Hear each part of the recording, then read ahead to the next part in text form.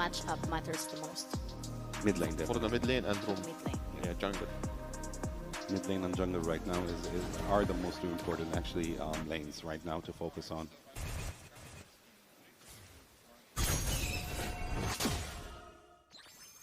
GG. Alright, here we go. The first match of the knockout DFYG versus Team Vamos. Your casters will be Wolf and Nightwing. Yes, sir. Man, this is going to be an interesting match because Super Kid is back on his Lancelot. This guy made waves yesterday.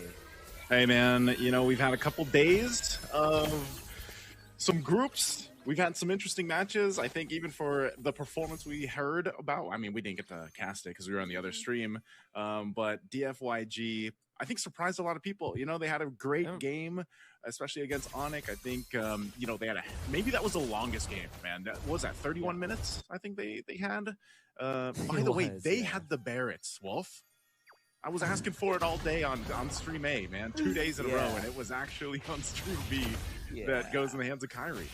Yeah, it's just very funny. And just for context, guys, we were streaming on a different stream, and Naisu was just asking for the Barretts constantly all throughout. And I think that it would have been very surprising for you to watch a 30-minute Barretts game, but that wasn't the case.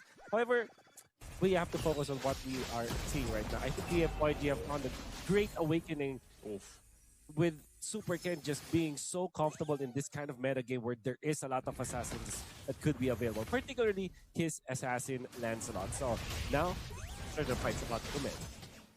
All right, Turtle Fight for the taking. Super Ken start doing his thing here. Dangerous Grasp once again, part of this play into the objective. He's going to use that Phantom Execution. He'll secure it. Super Ken getting the turtle. Not sure if they actually want to fight this. It's either an airstrike drop down two, a little bit of knock into the air. Zorn quite low. That shot is so close, man. Being able to help out the damage there, but no one falling. Not sure if Yone wants to actually potentially pressure that purple buff, but it looks like he's not going to. So good little take there. An advantage, at least for the turtle, for DFYG. This movement around with Super Ken to invade and actually cope and actually force the vengeance onto Natco. Long might be in range for get a kill, and indeed they will. What a rotation from DFYG. Yep, there's a kick as well coming through. Zed going to be the one to go down. It's a nice little trade cross map. Couple kills in the mid for that top. Long, Mr. Long, man. He's been part of this competitive scene now for a long time. He's getting a good look here. You know, maybe we get to see his Moskov too. I feel like that's his signature hero, the Moskov for Long. But he's got the Harith. And, you know, we talked about how the recent patch just a couple days ago changed a lot of potential what could happen, you know, in some of the lanes of some of the heroes. We got to see glimpses of it. The Tigreal yesterday, for example. I hope we get to actually see that pop up one more time. But yeah, so far, I think for Long, you just want to go ahead and get that power spike as fast as you can on a Harith who technically had a bit of a nerf, but warranted. I feel like I've had my fill of Granger Harith, man. I think we've had that for the better part of this year. Yeah, I agree with you. However, it seems like DFYG will still play this Harith. It's a strong lane. I would say Team Vamos will have a lot of answers to this Harith. They already have this CC, and it looks like there will be a Ashe in the bottom lane. Oh, pick one of that. But anyways, nice. A kill onto Bell is important for Team Vamos because the turtle is going to spawn. That's the second turtle of the game, and Team Vamos have already accumulated 3 kills. This progression that they are showing to us prompted DFYG to just give up the second turtle, and that will mean that they will be recovering when it comes to the overall gold. Yeah, part of this too for Team Vamos, right? A team that likes to play a little bit around the meta, you know, with some signature picks, like we saw, for example, Zorn with the Hellcurt earlier on yesterday. And, you know, the way that they play this kind of lineup, it's a little more traditional, right? It's kind of just going through the reps. They've gone through these reps many times. Zorn doing his thing here on the Cho. We've seen the Cho actually be quite deadly so far in Games of the Future for MLBB. You know, just in a couple days, at least over even on Stream A, we saw it pop up in almost every series. And the specialist Cho players out there like Zorn are able to do such a good job at setting things up for the team. And that's why Team Vamos, you know, they've slowly built into the lead that they have right now. It's nothing massive, right? So it's literally 100 gold, but the way they're moving around the map is that advantage, which is around Zorn.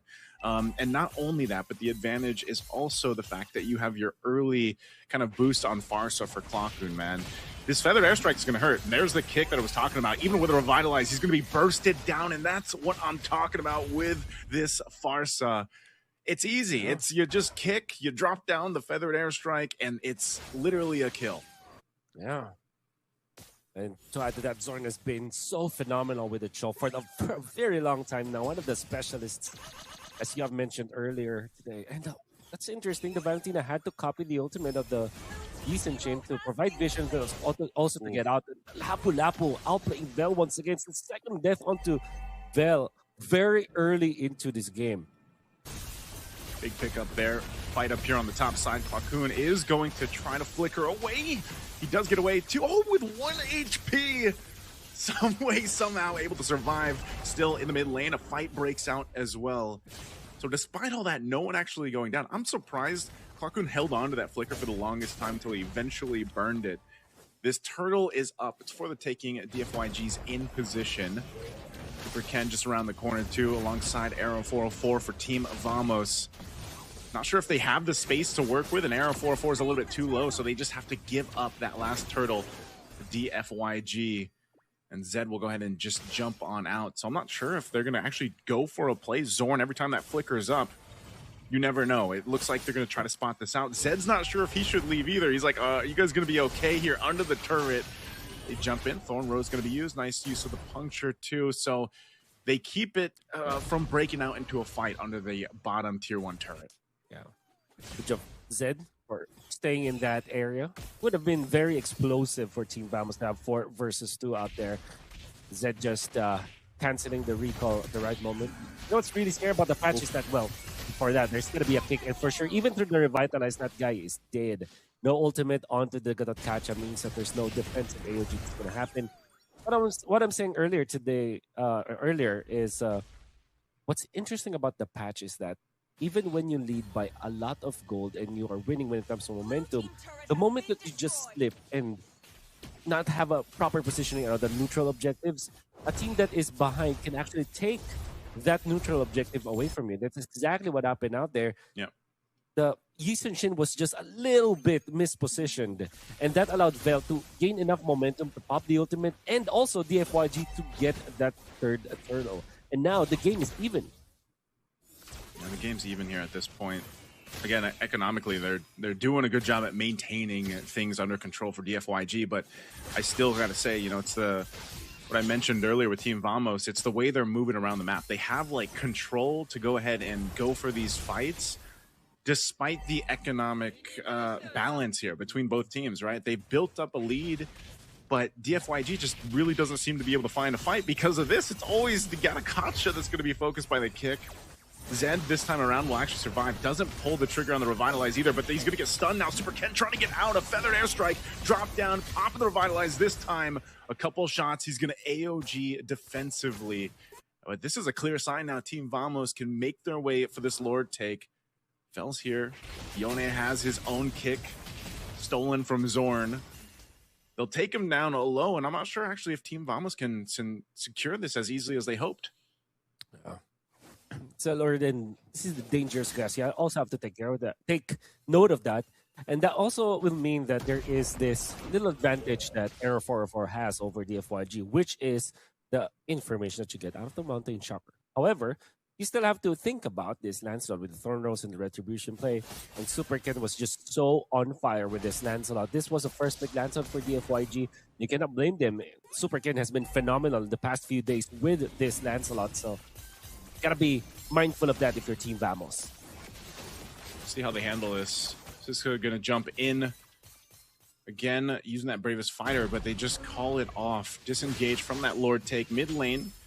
Take a little focus here. Those tier 1s being up in the mid lane still really help keep things kind of under control and makes this space that they're fighting for a little bit tougher to deal with. Again, it's dangerous grass as well, so one of the teams have been playing around this bottom bush if they can. There's a kick from Yone taking the medicine to Zorn. taking a taste of his own medicine. Revitalize is going to be popped. The feathered airstrike a little bit out of range to deal with his team fight. Down one member, Team Vamos doesn't want to let up. They're not going to give an angle for DFYG to take this Lord freely, as they're still pretty healthy here, and they're still in good form to contest this or delay it until Zorn's back up here in a couple of seconds. Bell will be spotted out of that brush. Super Ken's going to go ahead and start this up under half health right now. Arrow 404 making his way, but Yona is there to block him out and zone him out with Black Dragon form. So Super Ken will be able to get the Lord. A Feathered Airstrike dropped down, and Arrow 404 can't get away from the Shy Essences with a flicker forward from Siska to clean it up. The 2-for-1 trade, but the Lord going to the hands of DFYG. Wow. That was actually a good start for DFYG, the way that they set up the trap for Zord, because they know that eventually Zord will look for an opening. But DFYG were ready. It kind of felt like it was already a winning team fight for DFYG. They did win on the Lord, but they've lost 2 of their members afterwards. The biggest trade, however, is the kill onto Air 404. So it would have been disastrous for DFYG to lose 2 of their heroes after the first Lord.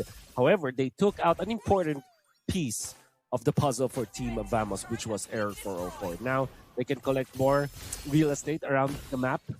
Fortunately for Team Vamos, they have stellar defense because of this Farsa, and they will be able to defend. The best that DFYG could hope for might be to take out maybe all of the turrets in the bottom lane and maybe a mid lane turret. We'll see if they can, man. It's kind of insane that off that Lord, they really don't get too much. You know, even Team Vamos still holding on to that tier 1 in the mid lane. So not a huge value on that Lord take, basically. You know, but they do kind of shift things a little bit in their favor if you consider, you know, taking care of that gold lead that they had. Super Ken's trying to get away here. He's Feathered Airstrike. He's going to bomb and weave through out of it. He's going to be fine, though. Again, the mobility with that Lancelot. Meanwhile, up top, Arrow 404. Bobbing and weaving himself. The jungler is making a move and a groove. There's a kick, though, on Vel. Vel trying to heal back up. Will be able to take a shot. Zorn, though, can't clean it up unless Siska can. Siska jumping in with the bravest fighter. He comes on through to slay down Vel. Good pickup there in a response up on the top side. Yeah. Constellation Bryce, a tier 2 turret up top, which gives them a lot of value, obviously, but at the expense of the 4th death and a Petrify onto this Yu Zhong. Fortunately for them, they will have the Petrify as well as the ultimate onto Yu Zhong come the next Lord fight, but DFYG cannot afford those kind of mistakes. In fact, Team Vamos will be quick to punish as they have already set up shop up top. They have taken out the first turret, and then they're poised to take the second one. Zorn, even without any threat, have already planted himself out there to counter any kind of retaliation coming up from DFYG. Great movements from Team Vamos, and because of that, they have regained the control of this game. Yeah, I'm not sure if Natko wants to force a fight here. Another Feathered Airstrike dropped down, but not going to be able to kill Zed now. A little bit more tanky this portion of the game here for Zed. He's dealt with such a rough early game. You know, the constant kicks from Zorn being kicked into a Feathered Airstrike. But now that he's got some of those defensive items, he's able to go ahead and hold on a little bit longer. And that's going to be so crucial with the Gata. You know, you need to be able to go ahead and use that Avatar of the Guardian. If not that, then at least provide that vision and even just catch someone with the Unbreakable. And again, for our viewers out there that, you know, might not be aware, that patch that dropped a couple days ago, the Gata now has to charge his Unbreakable a little bit longer to get the max taunt and the max range on it. Gone are the days of just tapping, you know, the skill 2, that Unbreakable, to be able to have that max range and taunt effect. It'll be a longer team fight in the Lord. The slow push being set up top. I feel like Team Vamos are going to have a better long lane control here. But the dangerous grass, Vel is already positioned in that spot. A kick again, taking out Siska. That's a huge pick off from Yonit. Now fighting for the Lord. It's at a quarter of the health. They're still going to deal with Vel, though, in the dragon form, but Super Ken will secure the Lord. And now Zorn trying to get away. He's got the Shaw Essences stacked up on him as Vel takes another 2 down for Team Vamos, and DFYG will massively swing this game in their favor now as they get the Lord and they get ready to knock down some more turrets here. That tier 2 bottom side will fall. And we'll see if Team Vamos can get this base defense under control with this Lord pushing in up top. Great timing and great execution coming out from DFYG. It's not easy to outplay or to surprise a Yi Chin because of the Mountain Shocker. But the timing coming from DFYG and the fact that they have taken advantage of the dangerous Super Ken with a solo kill. Oh my goodness. Hey man, Super this Ken will Lancelot take needs it. to be banned, man. Ban the Lancelot. You ban Super Ken. What a play. That's how confident he is right now with Arrow 404 being down. Look at him. He's going to jump into the base. Thorn Row is going to be used. Puncturing on through. Working with this Lord here. They potentially could end it. Going for it. Zorn trying to delay the inevitable here. Dominant Force going to be dropped down, and Long will unleash here on Siska. A Feathered Airstrike to try to clear out this Lord to pump out enough damage. But even Napko can't get away from Yone. And now the base is going to be worked on. It's hold at half health. But with 2 members left alive from Team Vamos, it won't be enough for game.